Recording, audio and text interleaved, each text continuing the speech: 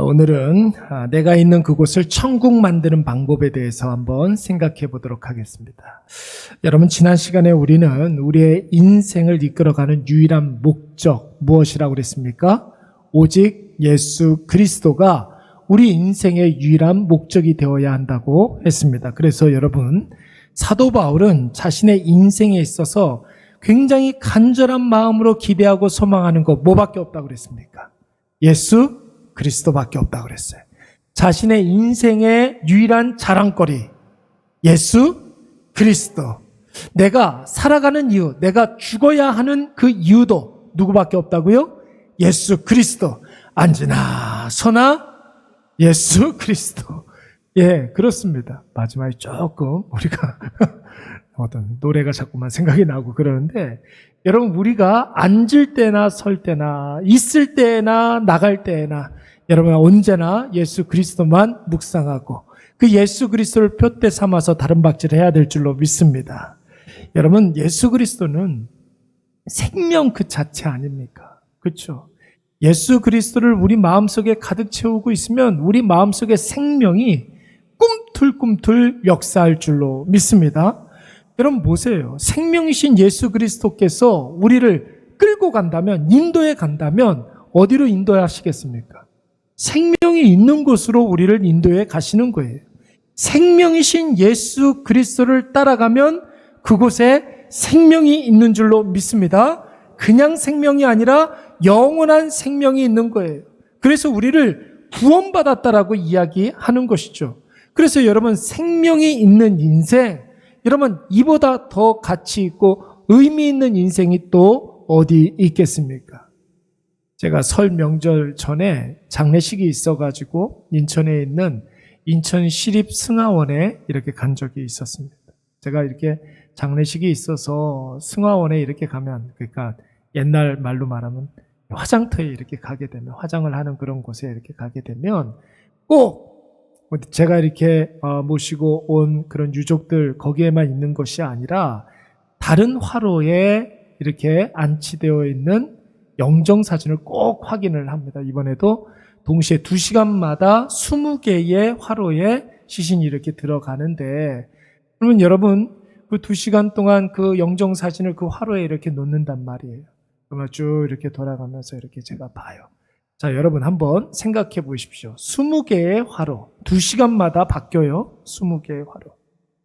연세가 많이 드셔가지고, 영정사진이 연세가 많이 드셔가지고 돌아가시는 분들이 몇 %나 될 것 같습니까? 20개의 화로 중에? 옛날에는 꽤 비중이 많았었어요. 그렇죠? 근데 요즘은요, 그렇지가 않아요. 한 반 정도밖에 안 돼요. 제가 이렇게 볼 때에 영정사진 이렇게 보면은 한 50대 미만의 사망자들이 한 반 정도 돼요. 제가 글을 보면서 인생에 대해서 다시 한번 이렇게 생각을 하게 되는 것이죠. 여러분, 죽음의 시간은 남녀노소를 가리겠습니까? 안 가리겠습니까? 가리지 않아요. 우리가 그냥 생각할 때에는, 상식적으로 볼 때 연세 많으신 분들이 이제 차례대로 이렇게 가게 된다면 더 빨리 가겠구나 이렇게 생각하잖아요. 절대로 그렇지가 않습니다, 여러분. 어디 가서 확인할 수 있다고요? 승하원에 가면은, 시신을 태우는 그 화장을 하는 그 승하원에 가면은 그걸 확인할 수가 있어요. 여러분, 하나님 언제 우리를 부르실지 모르는데, 여러분, 우리가 하루를 살더라도 의미 있고 가치 있게 살아야 되지 않겠습니까? 의미 있고 가치 있게 살려면은 여러분, 우리 안에 생명으로 가득 차 있어야 될 줄로 믿습니다. 꽉 차 있는 정도가 아니라 그 생명이 우리의 잔을 차고도 넘쳐야 된다라는 것이죠. 우리가 가지고 있는 그 생명이 우리 주변에 있는 사람들에게 흘러갈 수 있도록. 생명은 누구라고 그랬어요?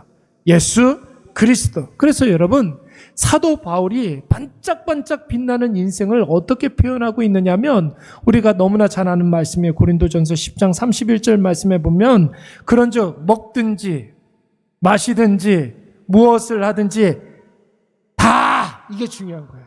다, 이 한자가 중요한 거예요. 다 무엇을 위하여 하라?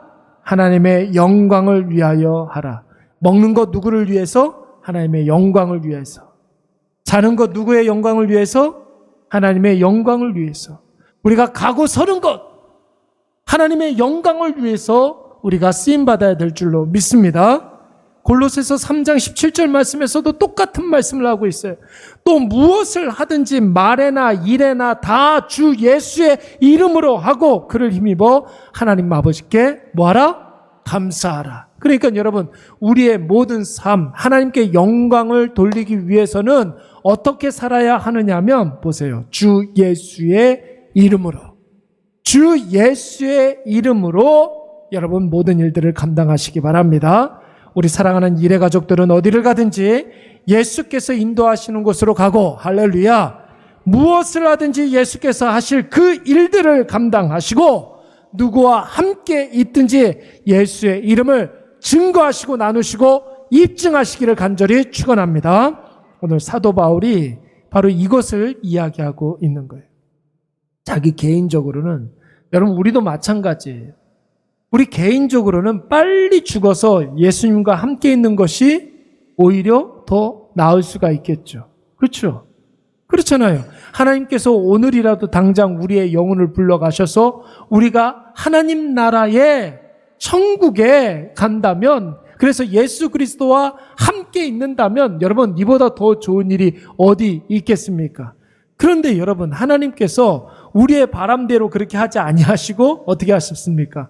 우리의 코끝에 들숨과 날숨을 그대로 넣어주셔서 오늘 이 땅 가운데 우리가 여전히 살아있다라는 거예요. 뭘 의미하게 하겠습니까?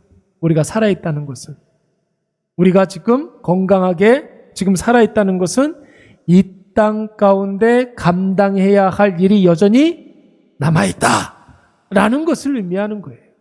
사도 바울이 오늘 본문의 말씀에서 그것을 이야기하는 것입니다. 나는 지금이라도 천국에 올라가서 주와 함께 있는 것이 나는 너무나 행복할 것 같다. 그러나 하나님께서 오늘 이 시간 나를 이 감옥 안에 두신 이유는 이 감옥 안에서도 해야 할 일이 있기 때문이라고 한 거예요. 여러분, 그 일이 무엇일까요? 여러분 24절 말씀 한번 보십시오. 우리 다 같이 한번 읽어볼까요? 내가 육신으로, 시작. 내가 육신으로 있는 것이 너희를 위하여 더 유익하리라. 내가 이 세상에 남아있는 것이 우리 모두를 위해서, 너를 위해서, 너희를 위해서 유익하다라는 거예요.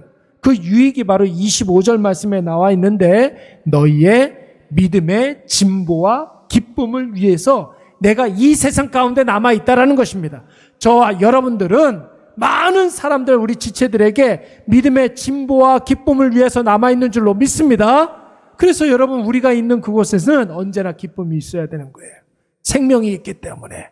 구원받은 사람들이 있는 그곳에는, 예수 그리스도의 이름으로 행하는 모든 사람들이 있는 곳에는 믿음의 진보와 기쁨이 나타나야 될 줄로 믿습니다.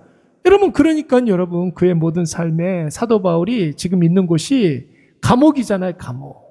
감옥에도 믿음의 진보가 나타나고 있는 거예요. 서신서를 쓰면서 많은 소아시아의 많은 교회들에게 회람 서신을 써서 복음에 대해서 정리한 그 명확한 복음을 증거할 수가 있었고, 사도 바울이 여러분 지하 감옥에서도 가만히 있었겠습니까? 계속해서 순번대로 이 사도 바울을 지키고 있는 많은 병사들에게 복음을 증거하지 않았겠습니까? 그래요. 그곳에서도 칠흑 같은 어둠의 감옥 속에서도 복음의 진보, 믿음의 진보가 지금 나타나고 있다는 것입니다.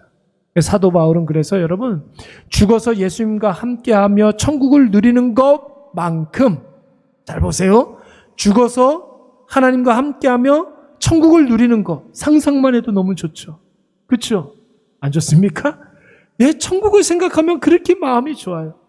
여러분, 죽어서 천국에 가서 주와 함께 있는 것과 살아서 믿음의 자녀들과 함께 하나님의 은혜를 나누고 하나님을 조금씩 알아가는 그 기쁨, 이것을 똑같이 여겼다라는 거예요. 그러니까 여러분, 오늘 이곳에서 우리가 천국을 경험하는, 천국의 기쁨을 경험하는 여러분 방법 무엇이겠습니까? 나로 말미암아 복음을 나누고 복음을 선포하고 복음을 입증하고, 그러면서 그 은혜를 함께 누리면서 죽었던 영혼들이 다시 살아나고, 실망했던 모든 사람들이 다시 회복되어지는 그 놀라운 기쁨이 바로 천국에 있는 기쁨인 줄로 믿습니다. 여러분, 이러한 기쁨이 있습니까? 오늘 이러한 기쁨으로 살아셨습니까? 여러분, 모든 일을 예수 그리스도의 이름으로 시작할 때 여러분 우리의 마음속에 그 어떤 두려움도 다 사라지고 주님 나에게 맡겨주신 일들 예수 그리스도의 이름으로 감당할 때 여러분 세상에 어떻게 할 수 없는 평안, 흔들리지 않는 평안이 우리 가운데 임하게 될 줄로 믿습니다. 예수 그리스도 안에서 우리의 믿음이 자라고 성장할 때 여러분 내 주변에 죽었던 영혼들이 다시 살아나는 그 기쁨, 여러분 그 기쁨으로 충만하고 그럴 때 우리의 인생에 늘 하나님으로 인한 감사가 충만하게 된다는 거예요. 여러분 사도 바울은 이 기쁨을 천국에서 누리는 기쁨하고 똑같이 동일한 것으로 여긴 거예요. 여러분, 사랑하는 여러분, 우리 일의 가족들은 어디를 가든지 무엇을 하든지 이 천국의 기쁨을 누리시기 바랍니다. 우리 한번 따라서 한번 해보겠습니다.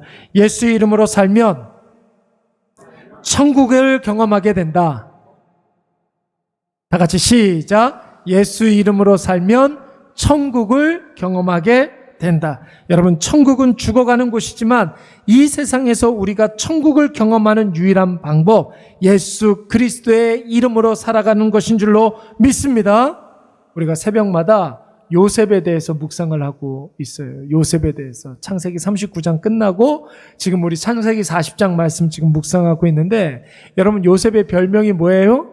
하나님과 함께함으로 형통케 된 사람. 여러분 이것이 바로 요셉의 별명입니다. 참 별명도 참 길어요. 그렇죠? 다윗의 별명은 뭐죠? 하나님 마음에 합당한 사람. 이게 이제 다윗의 별명이고 요셉의 별명은 하나님과 함께함으로 그가 형통케 된 사람이라는 거예요. 여러분 여기서 말하는 형통이라는 것은 뭐라고 그랬습니까? 만사, 형통, 무병, 장수, 부귀, 영화, 태평, 성대, 안빈, 낙도 이런 것을 의미하는 말이 아니라고 그랬어요. 하나님과 함께하는 것 자체가 형통인 줄로 믿습니다. 여러분 하나님과 함께하는 것이 형통이다. 어떤 의미예요? 하나님만 눈만 감으면 하나님 생각이 나고 눈을 뜨면 하나님께서 하시는 일들이 보여서 세상이 주는 근심과 염려와 그리고 걱정과 두려움과 불안함 이런 것들이 계속해서 세상이 우리에게 주는데 그 모든 것들을 내가 받지 않는 거예요. 그렇죠? 한번 생각을 해보세요. 여러분 우리에게 세상이 염려를 준단 말이에요. 근데 그것을 내가 받지 않으면 그 염려 도로 어디로 돌아갑니까? 내가 안 받으면 그만인 거예요. 그렇죠? 세상으로 돌아가는 거예요. 내 것이 아닌 거예요. 여러분 세상이 계속해서 우리에게 두려움을 줘요. 근데 그 두려움을 내가 받으면 두려움에 벌벌벌벌 떨 수밖에 없어요. 근데 세상이 주는 그 두려움을 내가 안 받으면 그 두려움은 나의 것이 아닌 거예요. 어떻게 하면 여러분 그 염려와 두려움을 안 받을 수가 있습니까? 우리가 오직 하나님만 바라보면 눈 감으면 하나님 생각이 나고 눈 뜨면 하나님의 하시는 역사가 보이면 세상이 그 어떤 염려, 근심, 걱정, 두려움, 불안함 이런 것들 준다 할지라도 그것이 느껴지지가 않는 거예요. 내 것이 되지가 않는 거예요. 여러분 이것이 바로 형통인 줄로 믿습니다. 여러분 실제로 여러분 39장 창세기 39장 말씀에 보면은 요셉이 인간적으로 보면 정말로 별 볼 일 없는 모습으로 출발하게 됩니다. 은이 20냥짜리 노예였어요. 원래는 다 큰 성인은 30냥짜리인데 노예 가격이. 근데 이 요셉은 20냥에 팔렸다는 거예요. 어린 노예였기 때문에 그런 것이. 아무도 그를 주목하지 않았어요. 노예였어요. 노예. 애굽 출신의 노예가 아니라 보도 듣도 못한 히브리 출신의 노예였습니다. 근데 여러분 그가 형통했다는 거예요. 39장 말씀에 보면은 맨 마지막에 무엇으로 끝나냐면 시작은 노예로 시작했는데 마지막은 죄수로 끝난단 말이에요. 그런데 죄수였음에도 불구하고 성경은 그가 형통했다고 그랬습니다. 누구와 함께 했기 때문에? 하나님과 함께 했기 때문에. 여러분 한번 보세요. 요셉은 태어날 때부터 노예가 아니라 아버지 야곱의 사랑을 한 몸에 받았던 한때는 채색 옷만 입었던 부잣집 귀한 아들이었어요. 여러분 그런데 그가 노예가 되었어요. 이런 상황이라면 여러분 어떻습니까? 사는 게 낫습니까? 죽는 게 낫습니까? 차라리 죽는 게 나을 것 같아요. 그런데 이런 노예가 어느 날 갑자기 주인의 아내를 겁탈하려고 했다고 누명을 쓰고 여러분 죄수가 되었습니다. 강간미수범. 얼마나 수치스럽습니까? 얼마나 부끄럽습니까? 내가 하나님 앞에 산다고 살았는데 세상은 나를 어떻게 알아요 지금? 내 명찰이 뭐예요? 강간미수범이에요. 차라리 죽어버리는 게 낫지 않습니까? 그런데 성경은 그런 요셉을 형통한 사람이라고 이야기하고 있는 거예요. 왜 그렇습니까? 요셉이 하나님과 함께 하니까 하나님 앞에 살면서 하나님의 뜻을 구하고 하나님께서 주시는 힘과 능력을 가지고 하나님께서 나에게 원하시는 그 일들을 감당하기 때문에 그런 것이에요.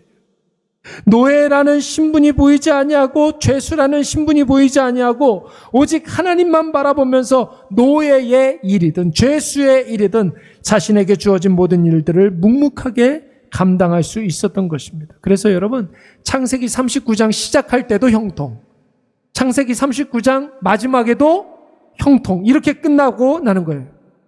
중간에는 노예이고 죄수였는데 시작도 형통, 마지막도 형통. 사랑하는 여러분, 오늘 우리가 있는 자리에서 우리가 하는 일들을 통해서 천국을 경험하시기 바랍니다. 예수 그리스도의 이름으로 살아가면 되는 거예요.